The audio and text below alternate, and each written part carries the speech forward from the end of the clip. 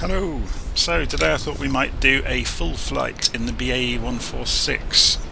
So all the way through the flight planning, programming everything into the plane, getting the plane up and running and actually doing the flight. And we'll be looking at LittleNavMap and Navigraph and FSRealistic and various other bits and pieces along the way. So you can see I have set up a very basic flight plan here to go from Rijeka down to Kastela, or Split.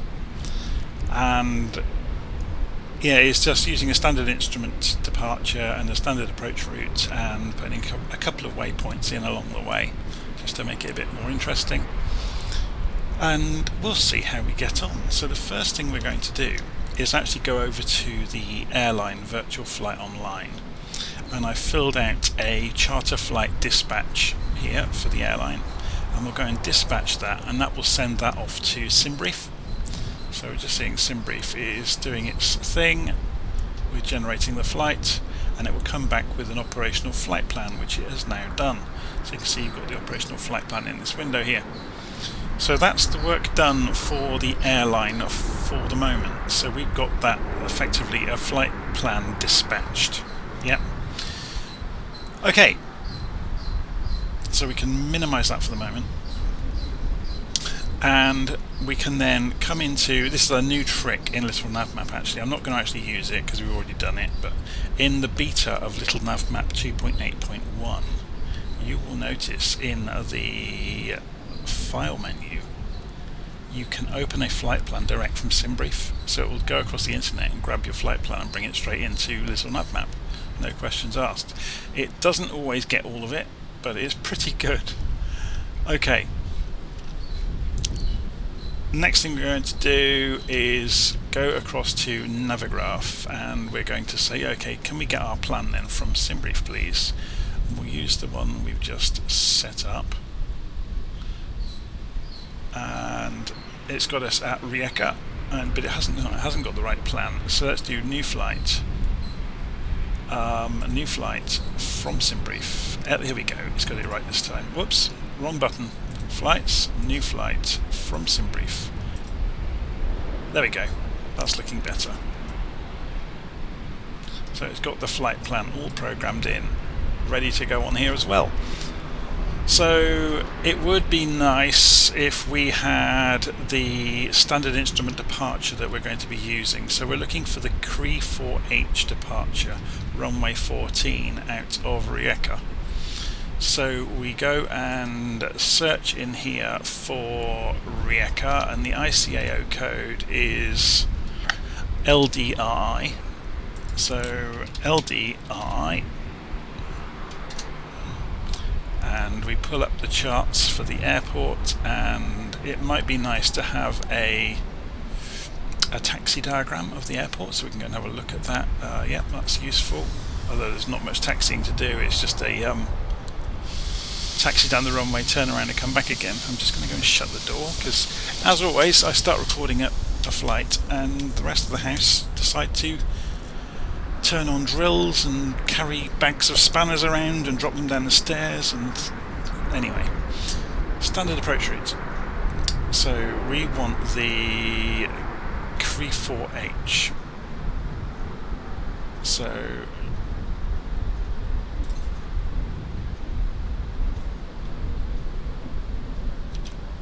is that looking? Yeah, that's what we're doing. So we'll pin that one as well then.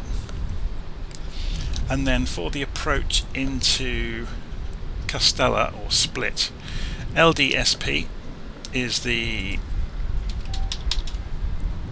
code for Split, and we look up the charts and we look at the approaches. We want to look at the SAL1Z approach and the for runway 05. So ILS runway 05, ILS for runway 05, there's that one. We'll pin that. That gives us the diagram of the way in. And then we want the standard approach route, which is going to be over here. SAL, there we go. Let's just have a look. SAL1Z. SAL Is it even here?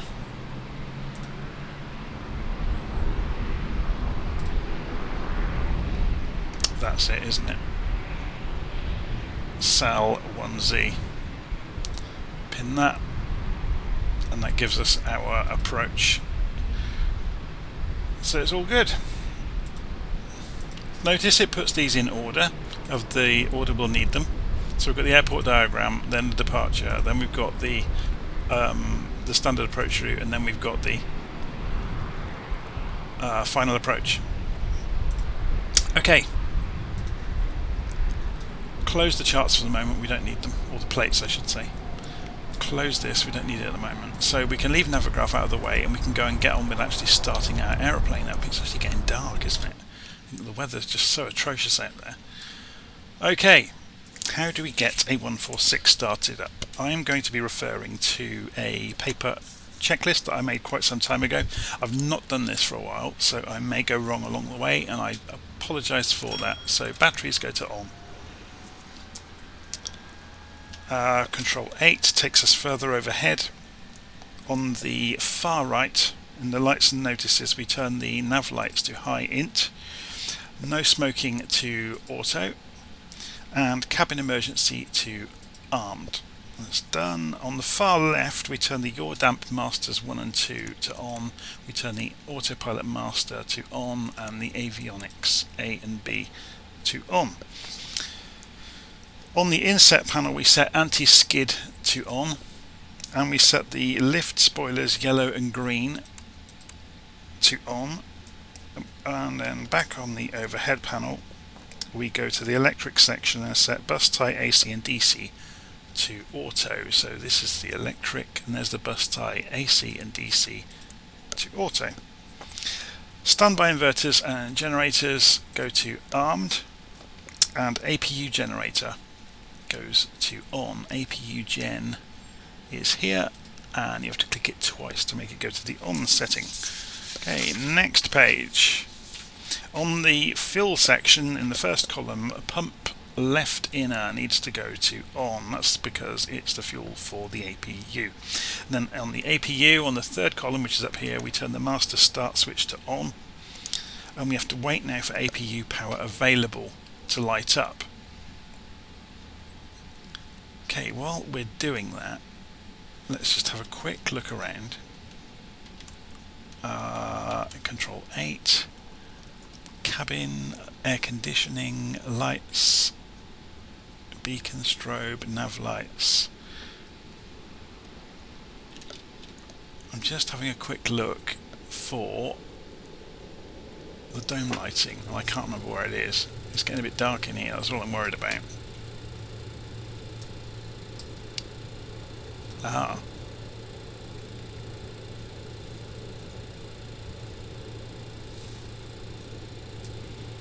That's better. Doesn't help up here.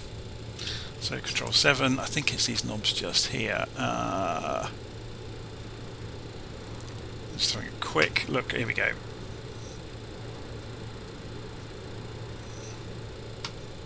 Just so we can see what we're doing.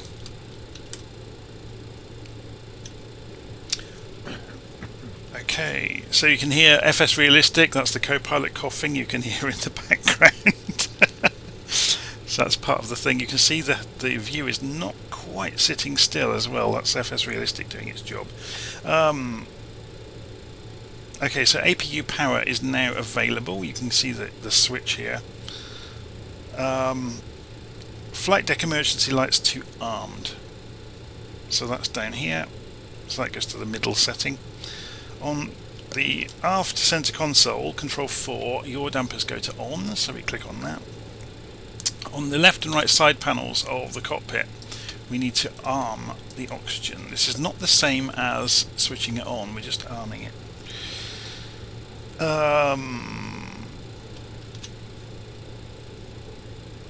Overhead panel, center tank transfer to auto. So that's on the first column, that goes to auto. Ice protection in the fourth column, ice detector on, that's the one that's underneath the cover over here, so let me cover it back up again. Then Control 3 takes us down to the Copilot main panel. When we click on this flip chart, it sets the enunciations for the speeds, which is very handy.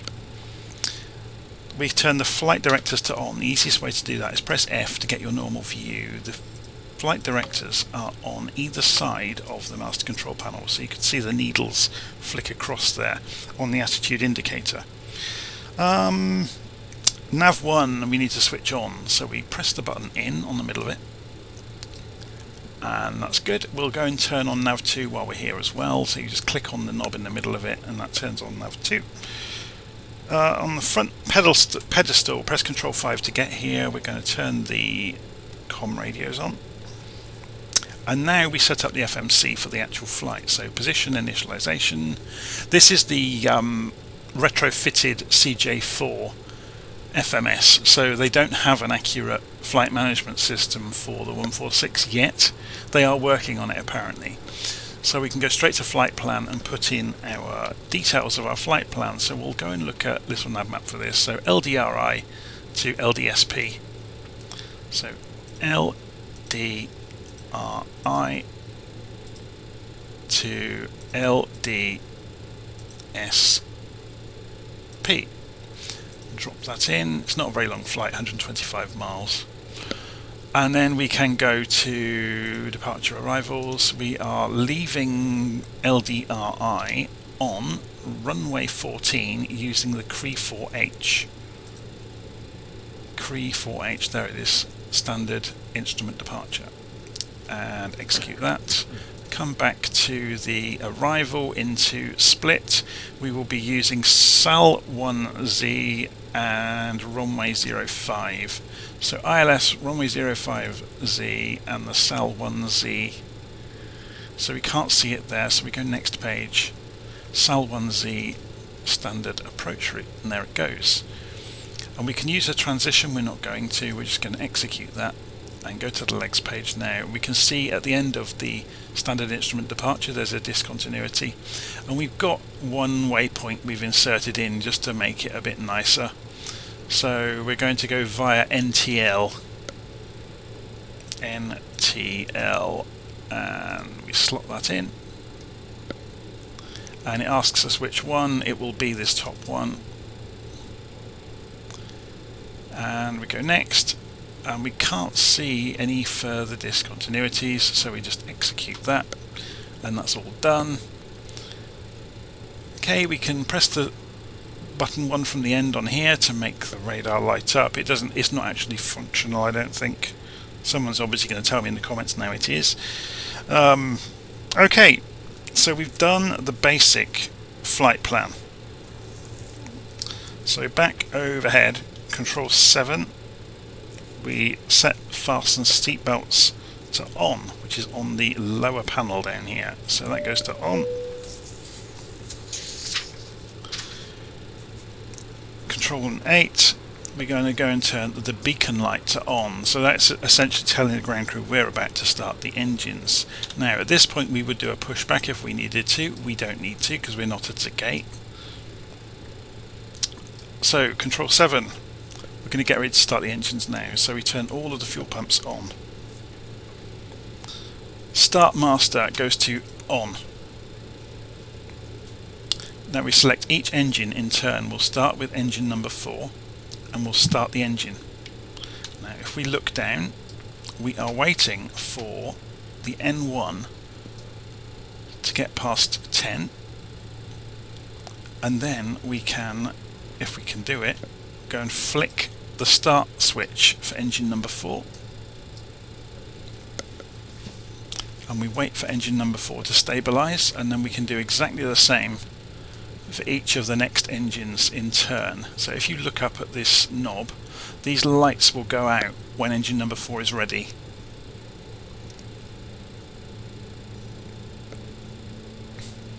So we just wait. There we go. We can go for engine number 3 now and start number 3, and it's the same process again. So we wait for the N1 number on engine number 3 to come up. You read different sources, you read different things about these numbers. Some will say 10, some will say 20, so we'll wait for 20 on this one. What's essentially happening here is an electric motor is spinning the engine up, and then obviously when you hit the start lever it automates the introduction of fuel and the ignition of the engine.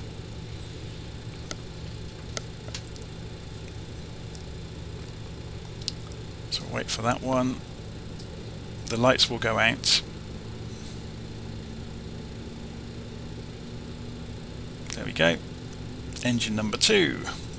Start the engine. So you see N1 is coming up for engine number 2. So N1 is the gas turbine, if you were wondering. N2 is the turbofan.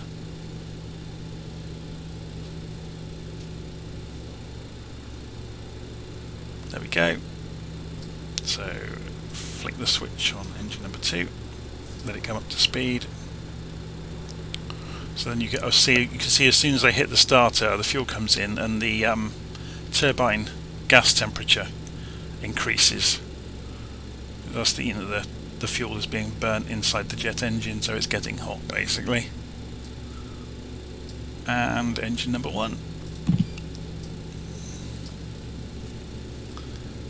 Wait for the N1 number to come up.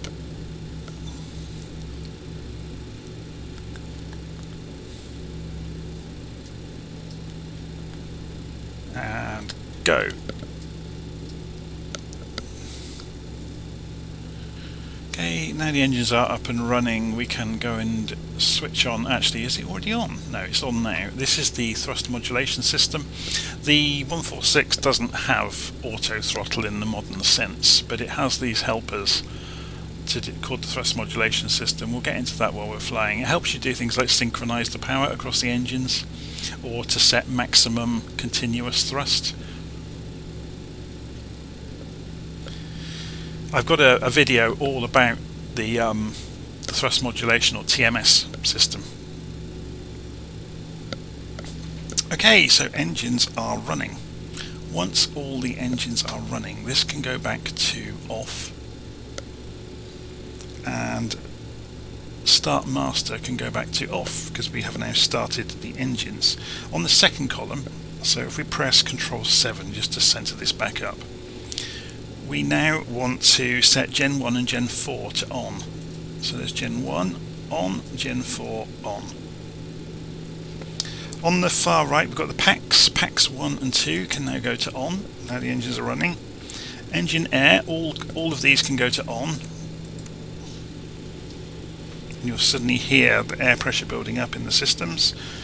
Overhead we can turn the brake fans to auto, so that's over here. Hydraulics, and back in lower down, where are we? Am I looking in the right page here? Control 8, sorry. Hydraulics, here we go. Turn the hydraulic pumps on. So that obviously gives you power to the control surface hydraulics. Notice that not all the engines provide hydraulic power, only engines number 2 and 3. So further down, all the heaters go to on for the ice protection. So here we go. There's the engine anti-ice, outer wing, but that's the heaters, screen heat on, and there we go. So all the lights are basically out, and at this point we are basically ready for taxi. So let's just make sure we'll go and turn on the landing lights. There was nobody around us on the ground. We'll also press Control 8, go and look at this lighting panel. We're going to go and put the strobes on now. Normally you wouldn't do it until you get to the runway. Should we have the logo light on? So we can see the logo lit up on the tail. So remembering this is the 146, we can go into aircraft as well, and we can get them to remove the chocks now. I've just made sure we're on the wheel brake still, which is good. So engine's running and we're sat on the parking brake. We'll put flaps to take off position. We will also at this point go and open ACARS, which is the system that will record our flight. So we'll let it run. And am I running FSU IPC? Yes I am. So ACARS is dependent on FSUIPC already being running in the background. So it has picked up the flight plan automatically from dispatch from the airline. So it's got all the data, and we can start the flight. It says, have you loaded the required fuel? Yes, we have. And there we go. So we can just minimize ACARS. So ACARS will watch what we are doing in the aeroplane and make sure we're doing things, or it will reward us for doing things well and penalize us for doing things badly. Okay, come off the parking brake. Ease the throttles forwards. And rudders. You can see the aeroplane being pushed around. It's quite windy. So we're just going to backtrack. I'm just wondering what that marker is outside.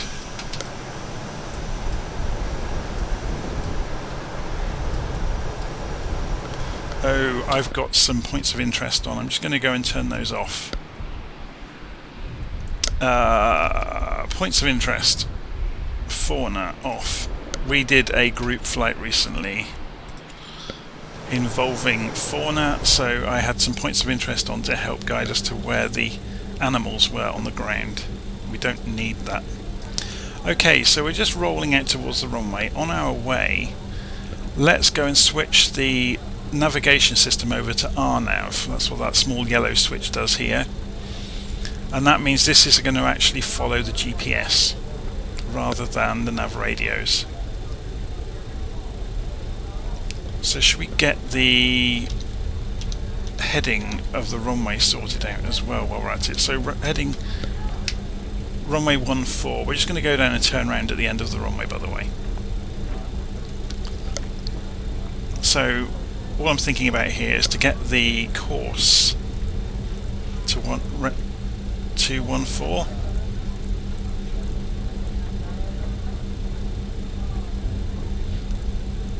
So we'll set the nav1 course to 140 as well.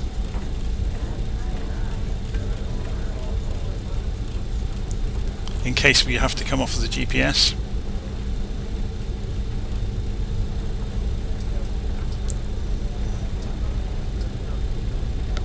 Okay. So let's see if we can turn this. This thing turns pretty tightly actually, so it shouldn't be an issue.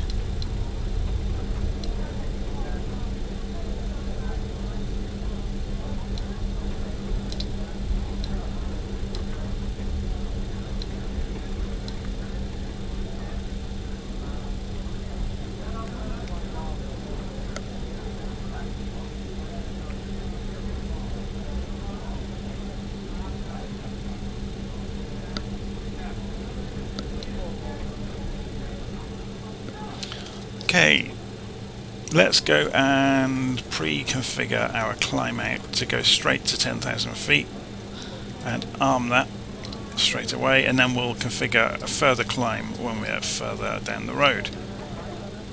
Before we go any further, let's go and turn on the charts. And where are we taking off from again? We're taking off from LDRI. I'm just going to turn on the parking brake for a moment. Why is the plane not behaving?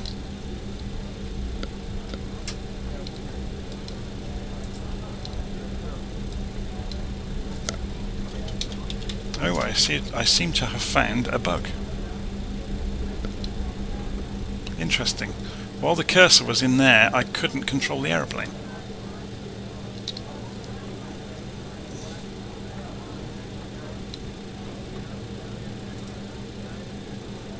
There we go. So we'll pin that.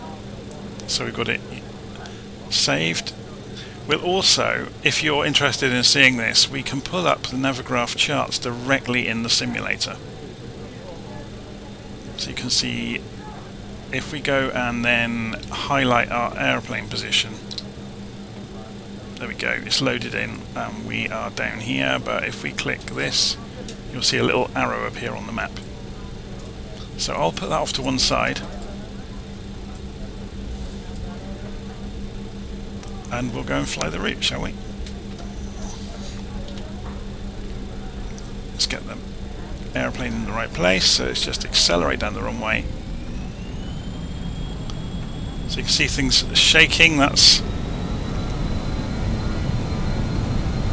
FSRealistic doing its job in the background. 80 knots was checked.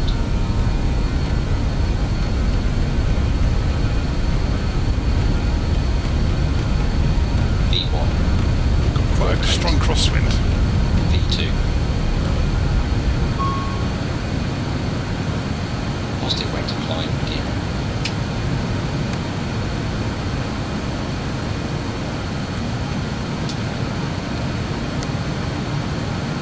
Okay, so autopilot on, vertical speed mode, and lateral navigation. So now we can just focus on keeping an eye on the indicated airspeed. Oh, the sim has paused.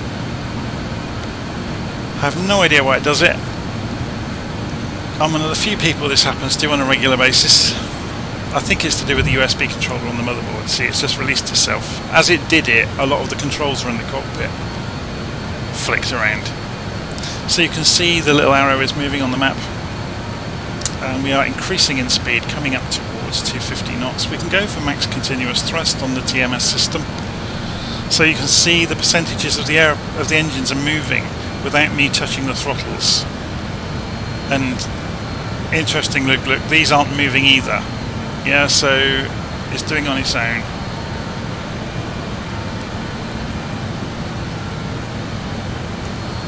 So we're just coming up to 250 knots. We'll go to sync mode now because we need to regulate that a little bit. Otherwise we'll be overspeeding below 10,000 feet, which is not good. I didn't calibrate the altimeter before we took off. That was a bit naughty. Okay,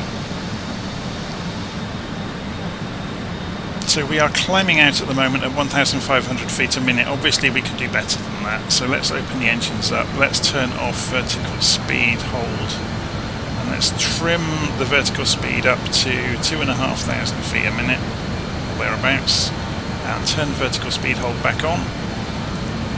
So the aircraft is basically following the links at the moment. Yeah, so you can see it's done this turn a little bit differently than is on the chart, which is interesting. Let's see how it compares to LittleNavMap. Or maybe I've got a discrepancy between what I chose and what is actually programmed here. So it's going to go off towards CRE in a moment. It's just a slightly different track than is on the chart by the look of it. We've still got lateral navigation on, so I would be expecting a left turn very soon. Obviously we've got a slight discrepancy there in the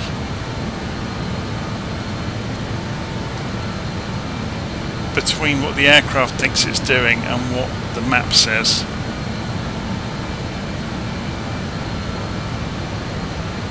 Obviously we can correct for that if we really want to.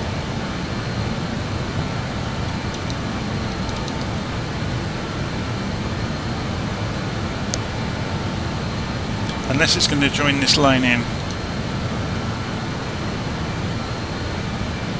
It's interesting. This is going to be fascinating actually to sit and watch what the aeroplane does, because it's supposed to be flying.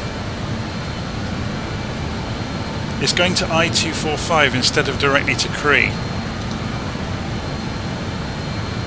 and I can't see an I-245 on this map. Let's go for the high route. Is there anything showing? No. So what we could do to fix it is go direct to Cree. Direct to Cree. Execute. So you will see now the plane will go left, and there it goes, it's turning. So we need to keep an eye on the altitude.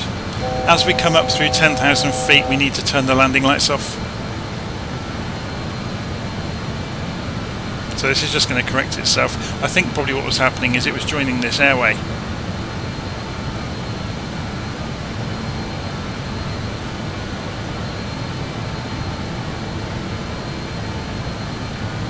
Just coming up to 10,000 feet. So we'll turn the landing lights off now.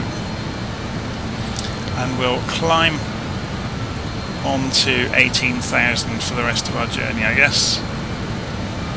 We can obviously go faster than 250 knots now. So there's 18,000, we arm it. We'll pull the climb rate back up to 2,000 feet a minute.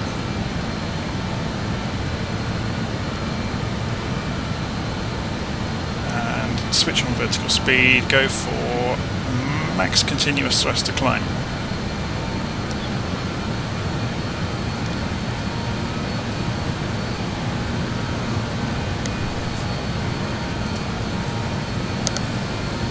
It's fascinating that it didn't follow the same plan, even though I think we chose the correct departure.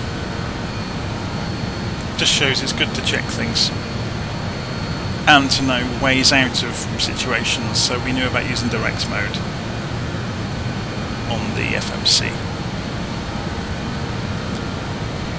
Okay, so it's just a climb out basically now, so when we get to 18,000 feet we'll switch, or there isn't a button to do it in this aircraft, we will tune the altimeter to 2992 inches or 1013 millibars. I'm not sure around here. I wonder if this will give us the METAR. If we were to go and hover over this airfield, does it give us the transition altitude? Let's go right click, show information for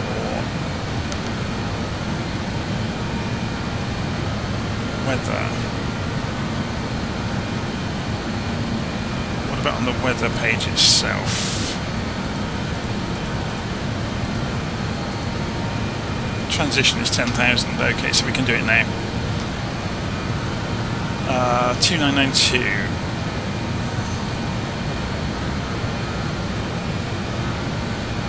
There we go, 1013 or 2992 is the standard barometric pressure.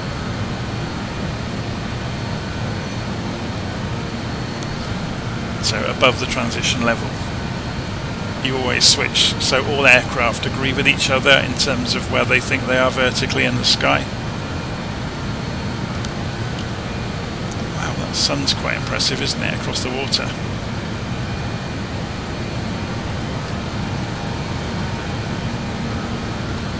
So let's go and have a look outside.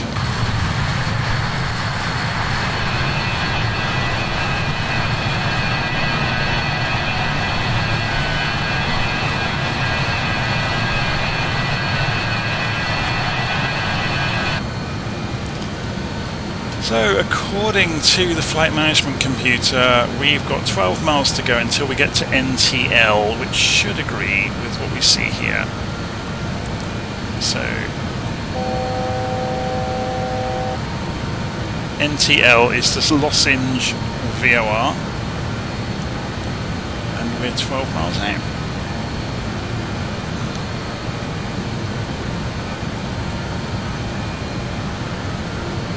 So you'll notice we're moving around in the cockpit. That's caused by turbulence, and it's being amplified by FSRealistic, which gives us this slightly nausea-inducing movement. You can see where the movement of the plane uses ragdoll physics on our head, basically, to make us move around within the cockpit.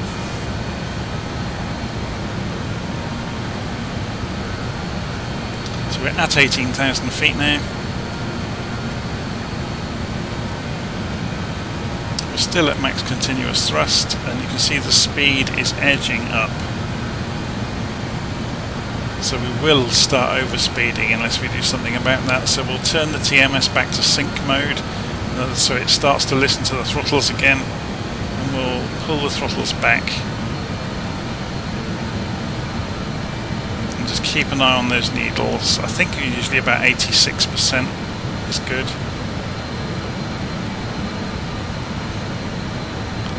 Just watching the N1 numbers.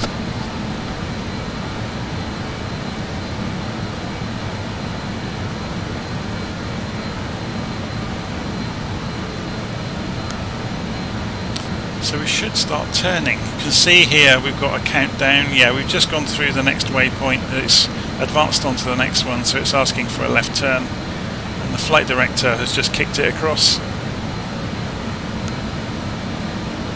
So where you can see the crosshairs on the attitude indicator, that's the flight director. So there's two parts to the autopilot in a commercial aircraft. The flight director figures out what it needs the aeroplane to do in terms of control inputs, and the autopilot just blindly follows that.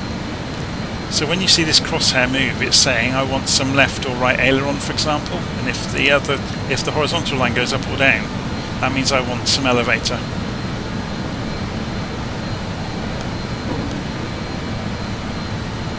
We're right on the edge of overspeeding. I'm going to pull the throttles back to 84%, maybe 83. Just trying to get that needle to fall away gently from the overspeed line. I think we've just about done it. Okay, so we've got 44 miles to run until we get into the standard approach route. So let's go and have a look at the plate for that. So we're coming in from Sal. We need to be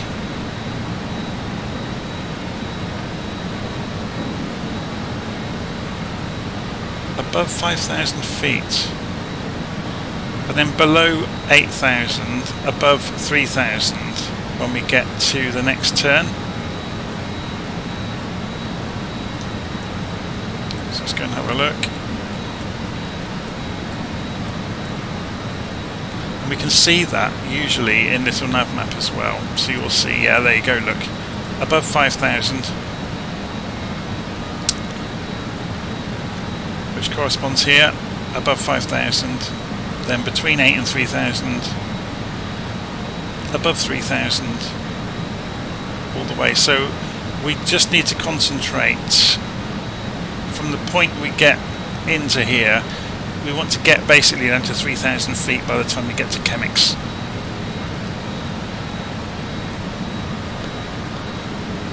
And if we go and have a look at the plan on Navigraph, yeah, Chemix we reached down here. Obviously we're nowhere near at the moment. We're still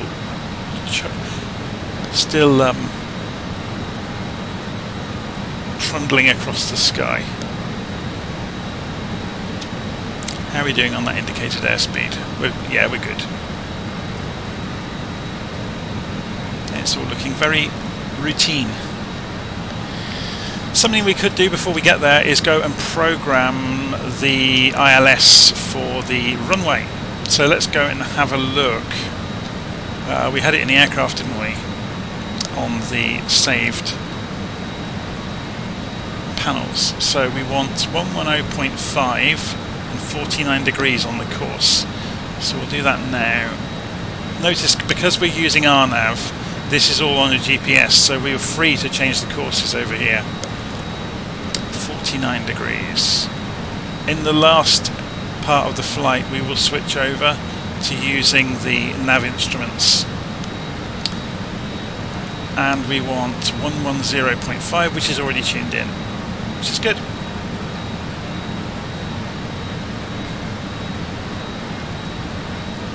Just out of curiosity's sake, notice the RNAV switch for nav2 is not flicked, so we can actually have a play while we're flying along. We're tuning into some VOR stations, so we'll go for 108.60 for the Zadar VOR. 108.60, so if we go over to nav2 and tune it to 108.60, you will see this light up. There we go, and watch it, there it goes. So if we then change the nav2 course, we can change the CDI, and relative to us, there it is, look, it's at about 105 degrees from us, which we can see it there, look. and it's 23 miles and closing. So it just shows you can use, you can use nav radio while you're still using RNAV GPS navigation on one side of the cockpit. You can be using radio navigation on the other side as a backup and to verify your data.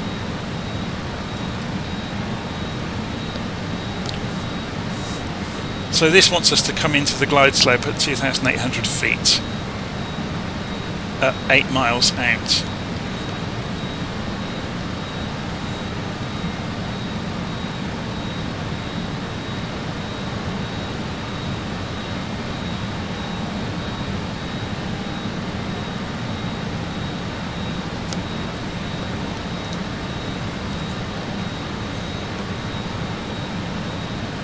So essentially we need to start dropping to get to 3,000 feet for,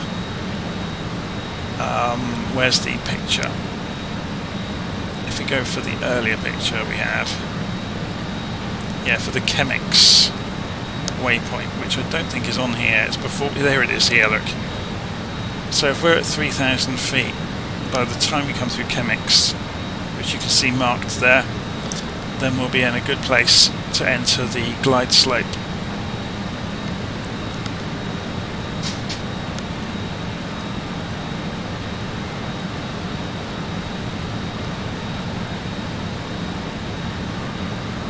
Okay, let's close this.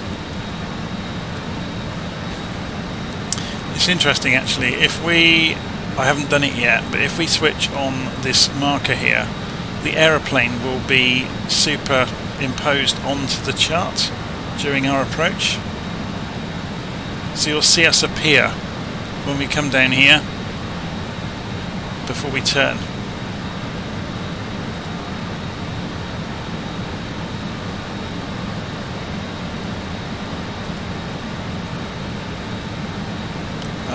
It would be in the saved ones, wouldn't it? There we go.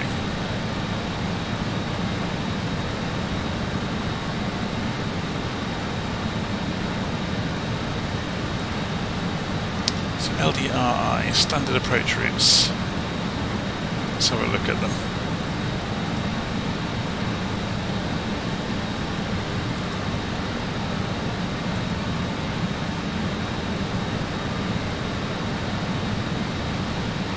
And approaches will be ILS.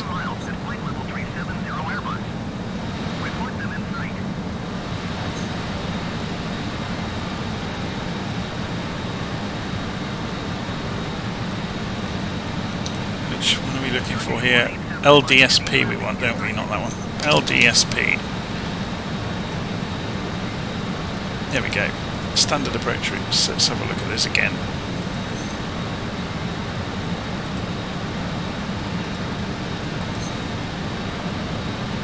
There's lots of different approaches.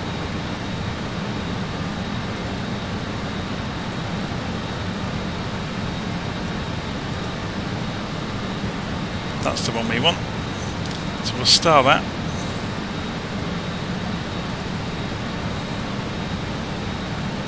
Yeah, it's that one. So we can go back into saved and get rid of the ones we don't want.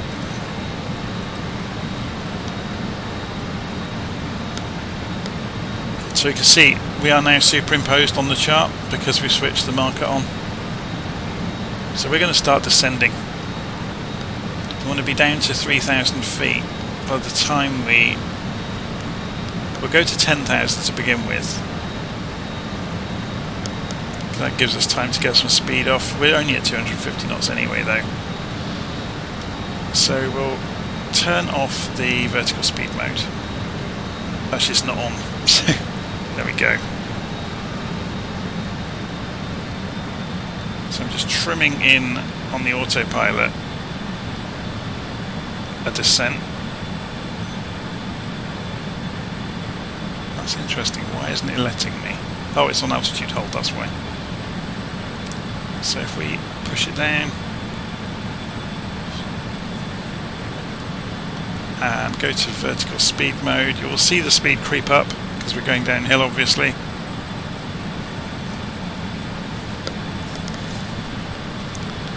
we can descend at a frightening rate in the 146 because it has very good brakes. If I just jump outside, I can show you them. So if we pull the spoilers, well, I'll do it full, so you can see the back of the aeroplane completely opens up, and in concert with the flaps you can make possibly the most draggy airliner you could possibly imagine. Should we go and have a look around the aeroplane while we're here? It's really nicely modelled, it has to be said, and it's got three-dimensional sounds. You can hear as we wander down the plane, you get the rumble from the engines.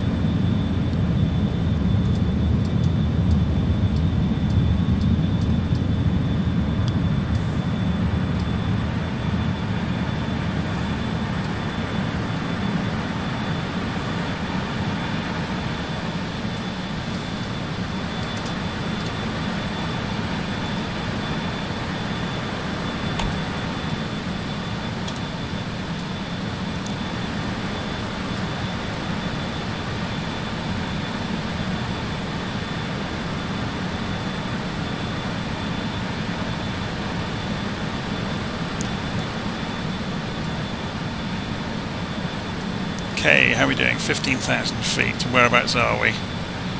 Still got quite some way to go. We're just above 250 knots. It's not a concern until we get to 10,000 feet, to be honest. So if you remember, the transition altitude was also 10,000 feet, so we need to go and check the QNH out of the destination. So we can do that by showing information for Kastela, and you can see, if we go to the airport overview, it will have the information right there probably. QNH, Q1021. So we'll need to spin this up to 1021 when we get to 10,000 feet. See, the restriction here was to be above 5,000. We have to get below 8,000 though by the time we get to the next one. So we need to descend a little bit more rapidly than we are at the moment. So we're going to come off the throttles and get this to come down a bit more quickly.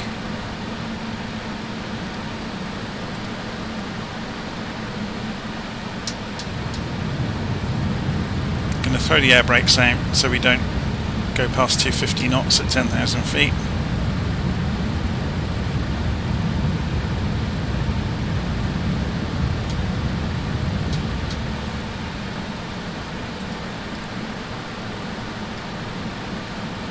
So let's go for 2,500 feet now, and vertical speed. So we're looking good. Altitude's dropping off. As we come through 10,000 feet, we will need the landing lights on. Commercial traffic should have landing lights on under 10,000. It's actually dependent on the operator, but it's a general convention. There we go, so landing lights come on, and we go and correct this now to the barometric pressure, the local barometric pressure, which we said was 1021. Actually, we need that for the destination, don't we? Did I do it for the destination? I think I did. LDSP. Yeah, 1021. So 1021.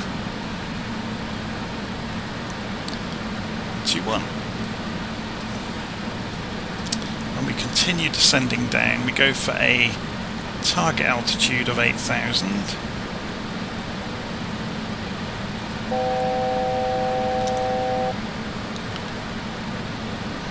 So we need to be below 8,000, so we'll go for 5. Or 6 even would be easier, wouldn't it? So we're still descending. 2,000 feet a minute. We'll easily do that now. We're going too fast though. So we're going to get done for overspeeding below 10,000 feet.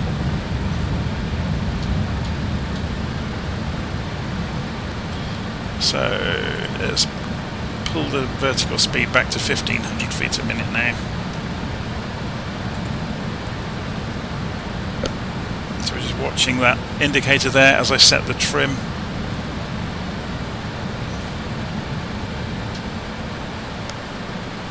Can remove the air brakes. We're now at a gentle enough dive that it won't accelerate too much. The engines are on idle. They're in sync mode.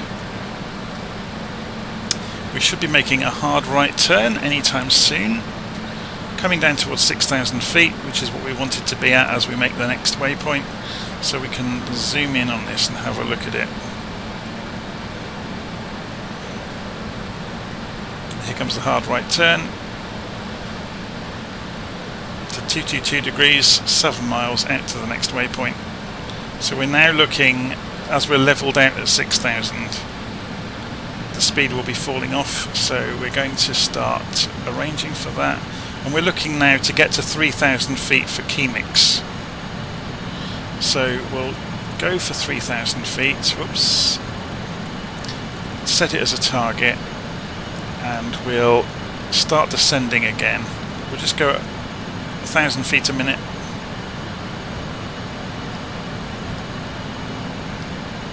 And vertical speed is on.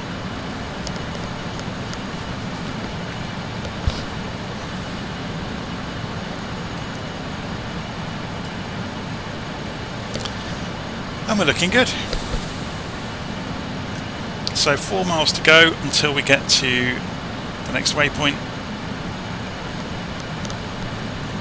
Then we'll make a left turn to 131 degrees.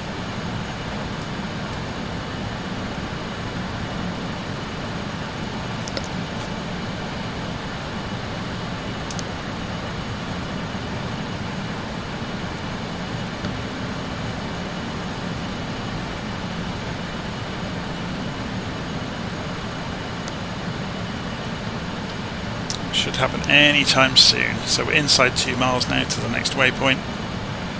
And there goes the flight director shooting off across the attitude indicator there to inform the autopilot to bank left.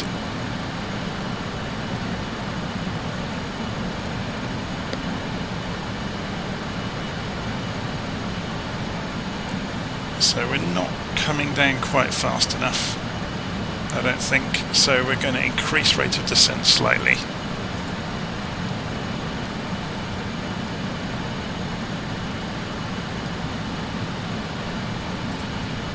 Need to keep an eye on that vertical speed though. Well, not vertical speed, sorry, the indicated airspeed. Keep it below 250.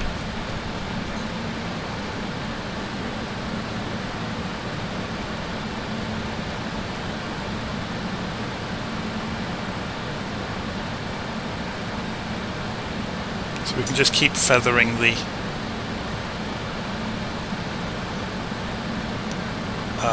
spoilers as we need to.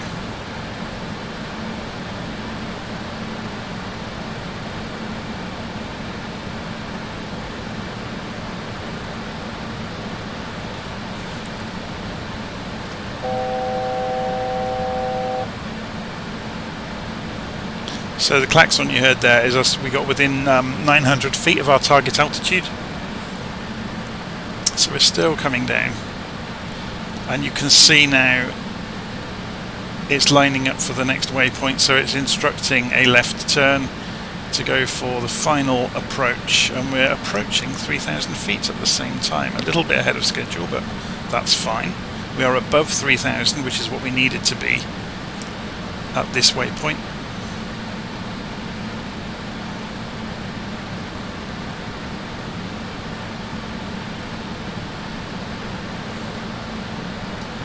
It's looking good. Okay, so as soon as we straighten up, I will switch over RNAV back to nav, and we'll get the ILS readout on the nav instrument.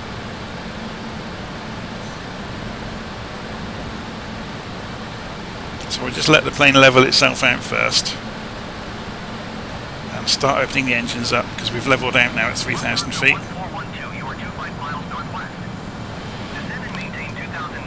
Yeah, we're just going to shut the radio up because we don't want to hear it. Okay, so we go to nav mode. and we go for glide slope lock. We also go for VOR lock. Localizer. So the plane will now start steering towards the localizer. So the localizer is our horizontal position in relation to the ILS beam. Yeah, so if we go now and have a look at that other, the approach ILSZ, which is that one, we are now on the diagram, which is great.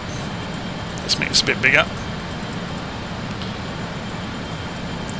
So this beam is off to the left of us, which is, you know, is absolutely makes sense, and we are still below the beam. But because we have glide slope lock as well as VOR lock is the same as localizer lock.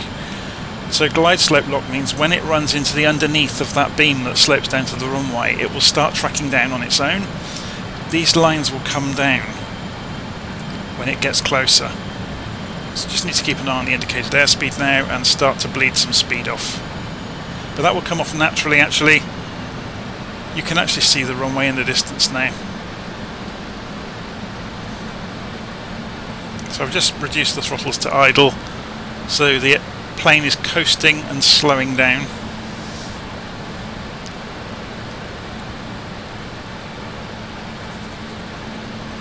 So you want to be starting to put the flaps out and the gear soon.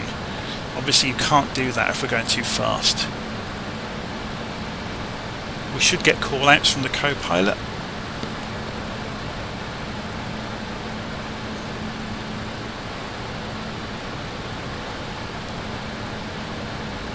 Speed checked below 205. Select flaps 18. There goes the flaps. So you can hear the wind hitting those flaps, and the reason you can hear it is because look at the size of these flaps that are descending into the airflow.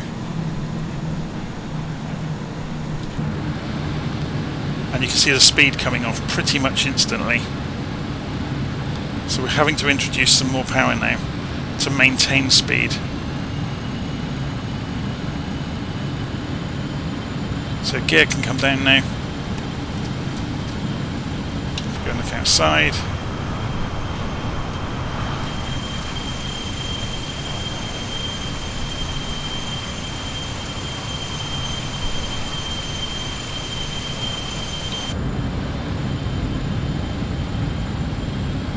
So introducing more thrust. So you'll notice now we are still at 2,900 feet, but look at the arrows now for the glide slope. That will start to come down very soon, meaning we are approaching that invisible line through the sky that goes down to the runway apron.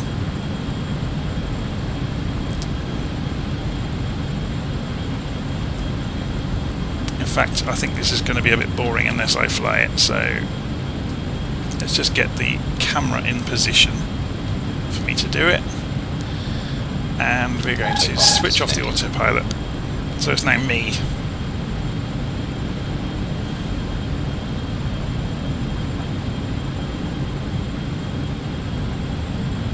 So you can see that needle is coming down now. We're getting closer to the underneath of the beam. If we want to expedite getting to it, all I have to do is climb. So if I just pull the nose up gently, the needle's coming down quite rapidly. There we go.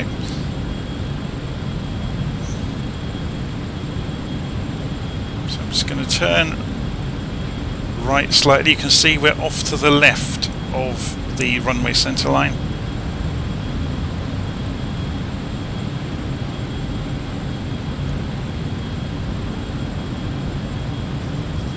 Glide slope captured.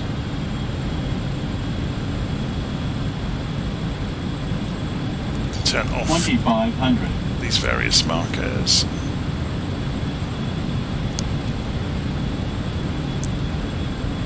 So all we're doing now basically is following these as indicators of where we should be in the sky, you know, as we approach the destination.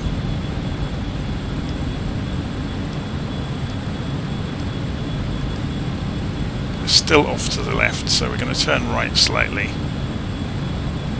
It's obviously a crosswind.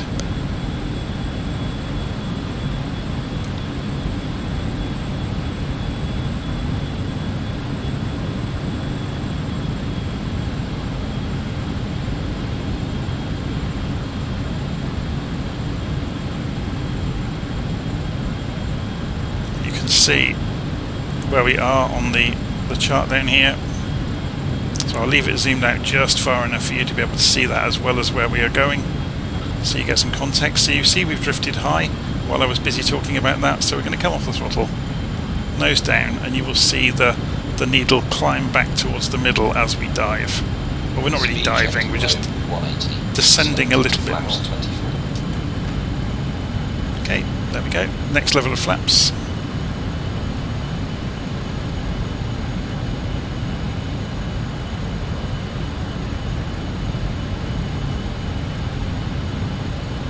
I'm going to... Speed check below 170, select flaps 30. There we go.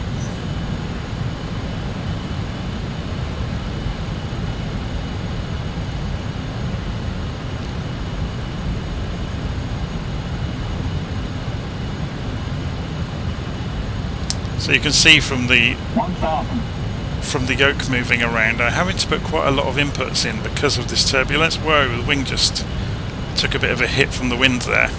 Speed check below 145, select flap 33.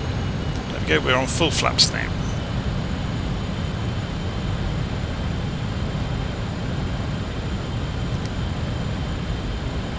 Oh, and the sim has paused. We just freeze where we are and wait for the sim to unpause itself, or unfreeze itself I should say. It picks its moments, doesn't it? There it goes. So we're keeping an eye on those needles still on the approach.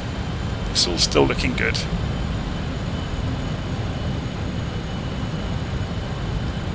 We don't want to get much below 120 knots, so we keep an eye on the indicated airspeed.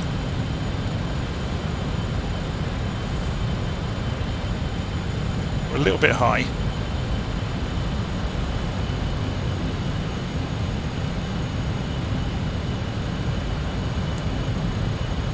So we're just going to force the plane down a little bit.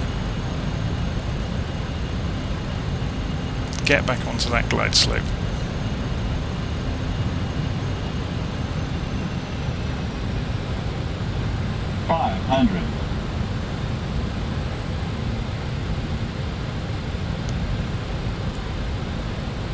It's quite windy.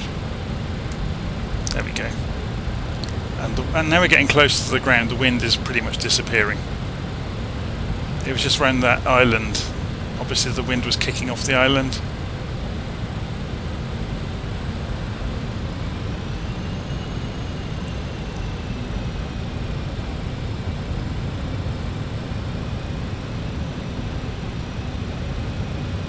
$50, $40, $30, $20, $10. Just got a little bit too slow. Ground idle. Brake pressure seen. Yellow and green spoilers. 80 knots. 60 knots. Again, applause. It was quite a windy landing.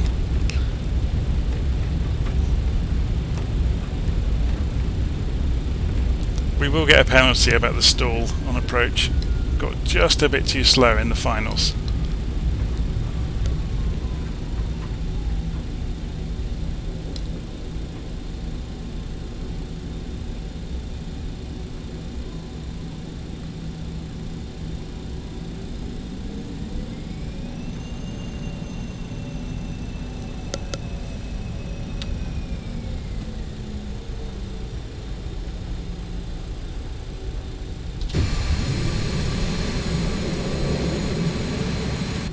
So while we're taxiing back, we can turn off those lights. We can go back overhead and turn the strobes off.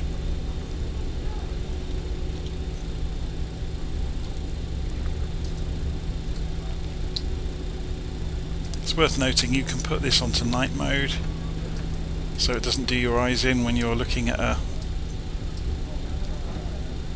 sunset like this.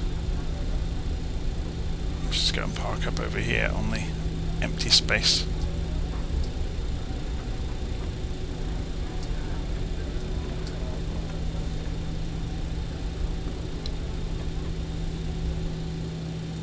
Okay, parking brakes on. So to shut this aircraft down, all you really need to do is cut the engines, which we can do here. So if we turn the starter switches off, that cuts the fuel and extinguishes the engines. Okay, if we go and have a look outside, we can actually go and open the doors to let the passengers off. So if we go back out of here and go to aircraft, we can say the stairs, please.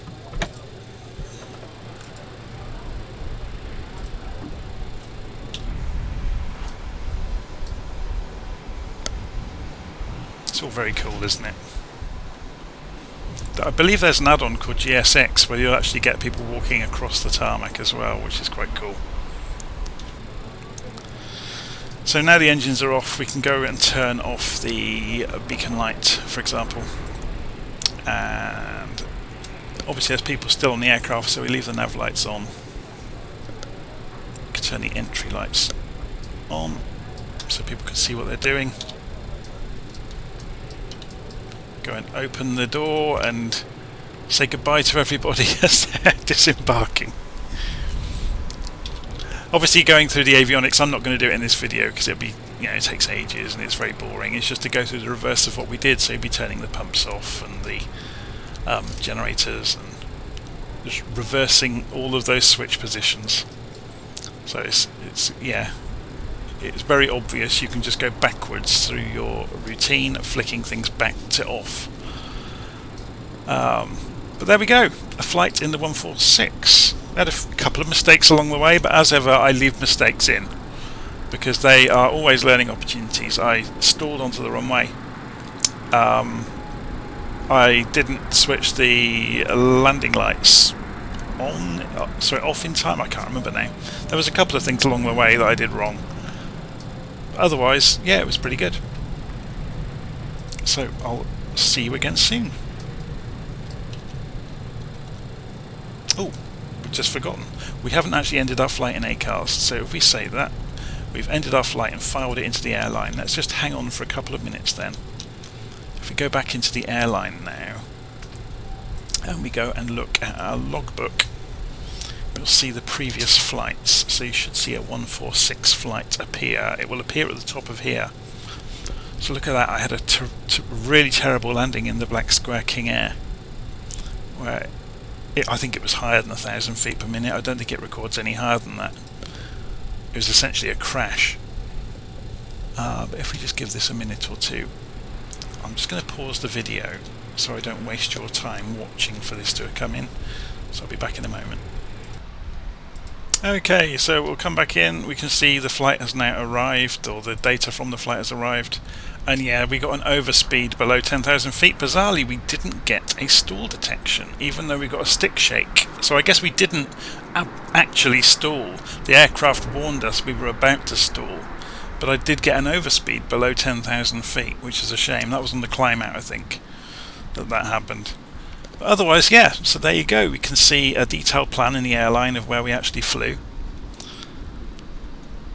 And we get a full, breakdown on how we landed. So our landing rate was 89 feet per minute, which isn't too bad at all, considering the stick shaker was going off at the time, scaring the life out of us.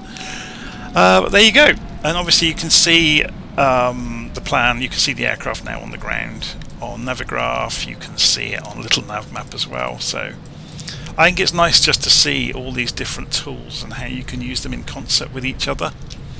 Obviously we saw FSRealistic Pro helped with that as well, so when we're throwing air brakes out and things, you saw the airframe shaking gently.